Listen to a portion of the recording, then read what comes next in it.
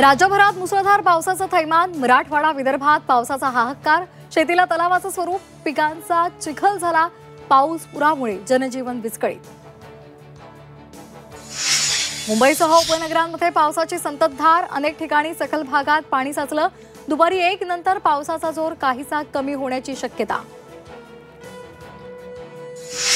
पावसाचा मुंबईच्या लाईफलाईनला फटका, मध्य आणि हार्बर लोकल वाहतूक 10 मिनिटं उशिरानं।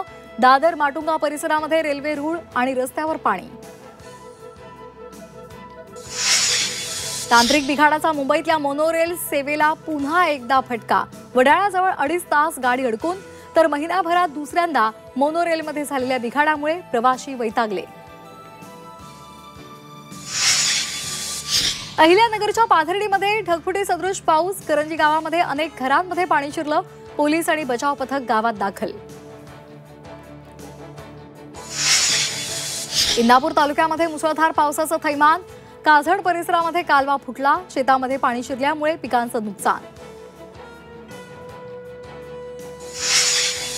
पुण्यातील कदमबाग परिसरात पाणीच पाणी, सोलापूरकडे जाणारा महामार्ग पाण्याखाली, अनेक दुकानांमध्ये पावसाचं पाणी शिरलं।